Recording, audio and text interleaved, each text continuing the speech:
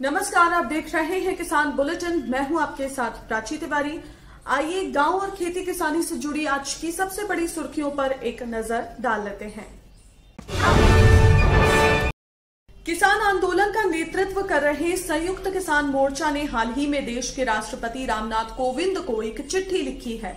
इस चिट्ठी में मोर्चा ने किसान आंदोलन के दौरान जेलों में बंद किए गए निर्दोष किसानों की बिना किसी शर्त के रिहा करने की मांग की है। इस चिट्ठी में लिखा गया है कि किसानों के ऊपर किए गए झूठे केस और उनके खिलाफ जारी किए जा रहे नोटिस को रद्द किया जाए। पिछले 3 महीनों से किसान अनिश्चित काल के लिए दिल्ली के आसपास धरना दे रहे हैं, लेकिन सैकड़ों किसानों और आंदोलन समर्थकों को भारत सरकार समेत कई राज्य सरकारों द्वारा जेलों में डाल दिया गया और झूठे मामले बनाए गए। इसी के साथ संयुक्त किसान मोर्चा द्वारा राष्ट्रपति को भेजी गई इस चिट्ठी में कई मुद्दों पर उनका ध्यान खींचने की कोशिश की गई है। चिट्ठी में लिखा गया है कि हम कुछ मांगों को जिला और तहसील अधिकारियों के जरिए आपके पास भेज रहे हैं। हमें उम्मीद है कि इसको लेकर कार्यवाही की जाएगी और जल्द से जल्द जेल में बंद निर्दोष किसानों को रिहा कर उनके खिलाफ दर्ज मुकदमों को खारिज किया जाएगा।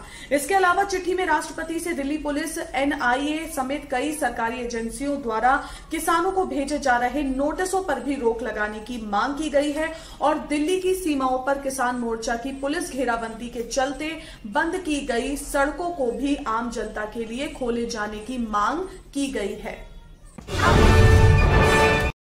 जहां एक तरफ दिल्ली की सीमाओं पर MSP समेत कृषि कानूनों को वापस लेने की मांग पर किसान प्रदर्शन करने में लगे हुए हैं, तो वहीं प्रदर्शन से दूर खेतों में मेहनत करके फसल उगा रहा किसान खुद की ही फसल को बर्बाद कर रहा है। आपको बता दें कि ताजा मामला उत्तराखंड के जसपुर से सामने आया है, जहां एक किसान ने उसकी फसल के सही दाम न मिलने पर अपने खेत में खड़ी गोभी की फसल पर ट्रैक्टर चला दिया। फिलहाल मंडियों में आवक ज्यादा और खपत कम होने का असर सीधा किसानों पर पड़ रहा है। हालांकि हालात ये हो चले हैं कि किसान अपनी लागत तक नहीं निकाल पा रहे हैं। ऐसे में किसान सड़कों और मंडियों के आसपास ही अपनी सब्जियां फेंकने पर मजबूर हो चुके हैं।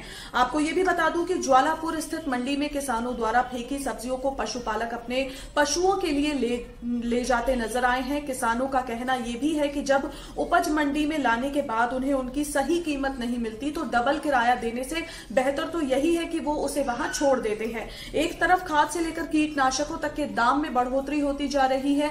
ऐसे में जब लागत भी नहीं निकल पाती तो सिर्फ निराशा ही हाथ लगती है।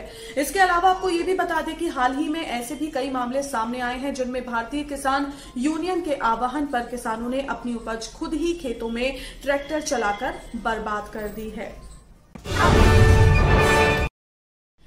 बीते बुधवार को बिहार के पश्चिमी चंपारण जिले के जिलाधिकारी ने मखाना की खेतों को लेकर संबंधित अधिकारियों के साथ समीक्षा बैठक की। इस दौरान उन्होंने कहा कि जिले में मखाना की खेती की शुरुआत होना बेहद संतोषजनक है। इससे जिले के किसानों की आर्थिक स्थिति मजबूत होगी, उन्हें इसी जिले में रोजगार उपलब्ध हो पाएगा। साथ ही आपको ये भी बता दें कि जिले में किसानों की आर्थिक स्थिति को मजबूत और कृषि क्षेत्र में रोजगार के अवसरों को बढ़ाने के लिए मखाना की खेती की शुरुआत की गई है।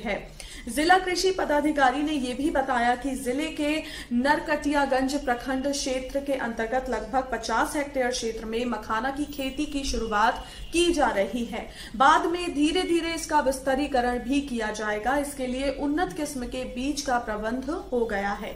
इसके अलावा जिलाधिकारी ने यह भी कहा कि पश्चिम चंपारण में कृषि क्षेत्र में विकास की असीम संभावनाएं हैं। मखाना की खेती से न केवल जिले के विकास को गति मिलेगी बल्कि कृषि क्षेत्र में भी रोजगार की असीम संभावनाएं उत्पन्न होंगी। तो आज के किसान बुलेटिन में फिलहाल इतना ही। आप स्वस्थ रहिए और अपना ध्यान जरूर रखिए। फिलहाल मुझे दीजिए इजाजत। नमस्कार।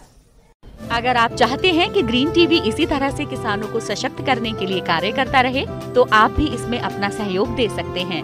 डिस्क्रिप्शन पर जाकर दिए गए लिंक पर क्लिक करें, पेटीएम करें, NEFT और क्रेडिट कार्ड के जरिए भी आप हमें सहयोग दे सकते हैं। अगर आप हमारा ये वीडियो YouTube पर देख रहे हैं तो हमारे चैनल को सब्सक्राइब करें और अगर FB पर देख रहे हैं तो इसे लाइक करें और शेयर करें।